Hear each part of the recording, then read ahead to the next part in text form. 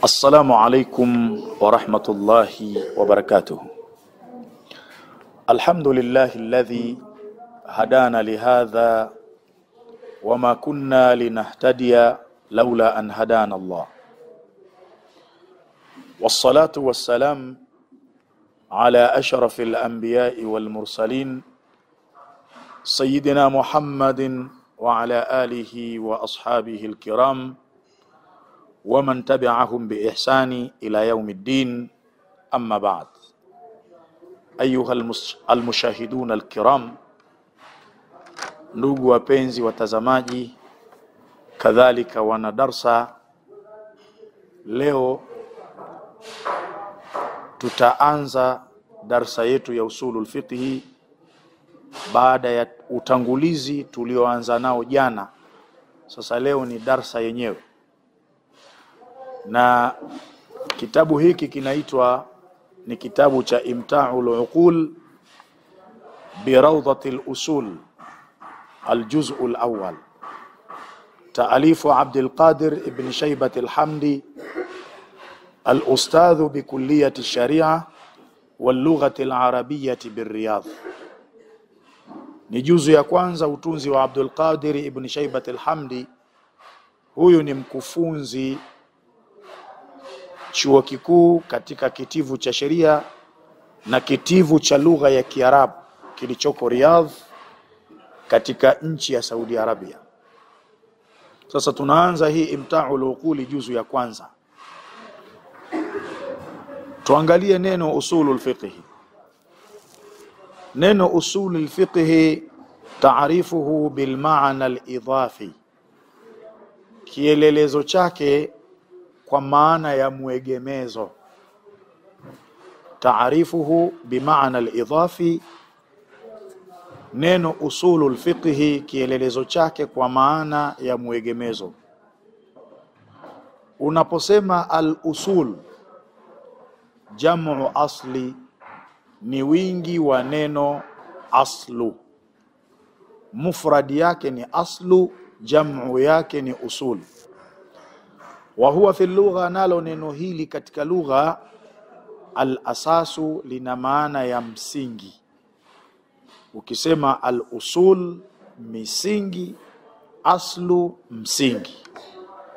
Wa fil istilahi, na katika makubaliano ya wanawachuoni wa usulul fiqhi, namna walivyokubaliana kuliarifisha neno usulul fiqhi, wao wamesema ma lahu far'un, ni kitu chenye tawi.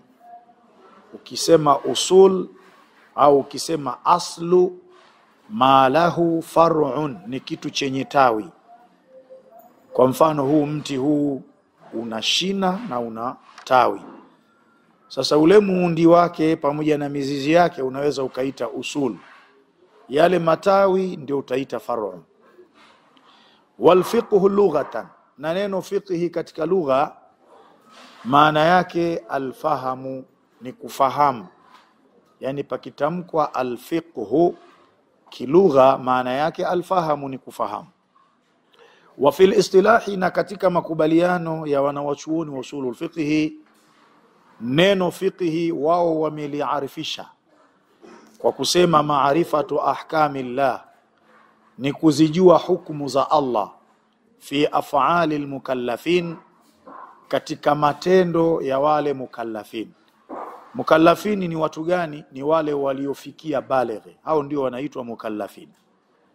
Kwa hiyo tunaposema al-fiqhu kwa makubaliano ya wanawazuoni wa usulul fiqhi, wao wanasema maarifatu ahkamillah, ni kuzijua hukumu za Allah, fi af'alil mukallafin, zilizoko katika matendo ya mukallafin.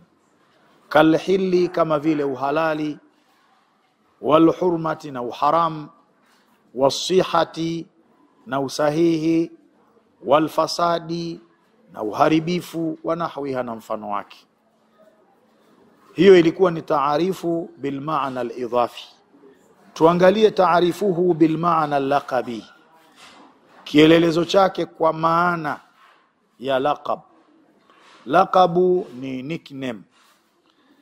Wanasema huwa adillatul fiqhi al-ijmaliyya, usulul fiqhi ni dalili za fiqhi za kiujumla.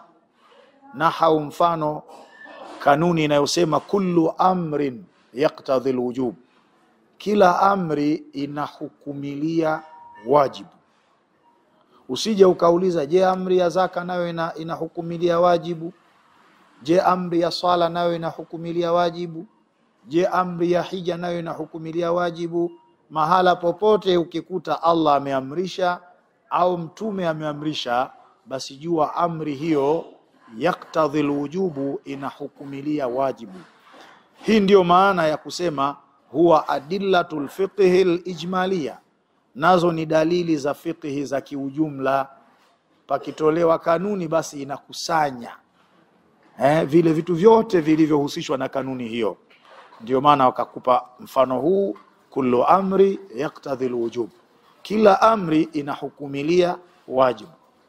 Lakini kanuni hii katika vitabu vingine kuna maneno yanayoendelea, kullu amri yaktadhi alwujub illa idha jaa ma yasrifuhu anil wujub, kila amri inahukumilia wajibu isipokuwa pale kitakapokuja kile kitakachoiondosha amri hiyo kutoka kwenye wajibu.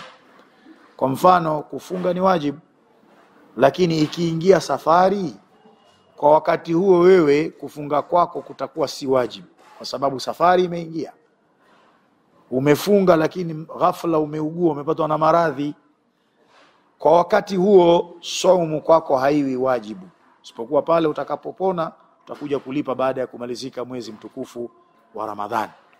Mfano mwingine ni pale Mtume sallallahu alayhi wasallam aliposema kumwambia Abdullah ibn Abbas, ya ghulam samillah, ewe kijana mtaje Mwenyezi Mungu, wa kul biyaminika, na ule kwa mkono wako wa kulia, wa kul mimma yalika, na kula kile kilicho mbele yako. Huyu ni kijana mdogo, alikuwa hajafikia mukallaf. Kwa hiyo amri hii kwake ilikuwa litaadibi, ni kwa ajili ya kumfundisha adabu tu, haikuhukumilia wajibu. Kwa nini? Kwa sababu umeingia utoto pale.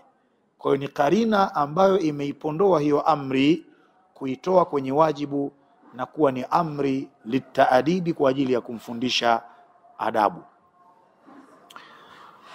Haqiqatul hukmi wa aqsamu, ukweli wa hukumu na vigawanyo vyake.